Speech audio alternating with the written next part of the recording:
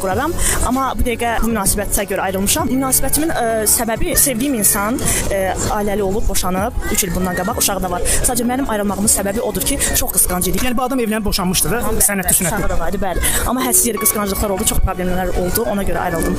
Yəni sırf xarakteri pisliyə ayrıldım. Xarakterinə görə ayrıldım. Yoxsa insanlığı olsaydı ayrılmazdı. Bəli, yəni onu həqiqətən indi sevirəm.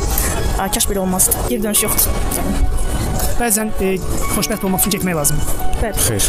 Səbəb deyirəm, xırda bir dənə səbəb. Çünki evlənmiş adamdan yəni gələcək həyat fikirləşmirəm. Yəni sıfırdan özüm üçün həyat fikirləşirəm. Yəni onun üçün də ailə qurmamış bir insana evlənirəm. Hər kəsin öz fikri var.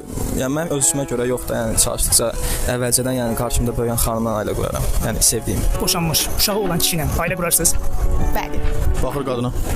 Yəni sırf Baxır boşanma səbəbinə. bunların hamısı araşdırandan sonra.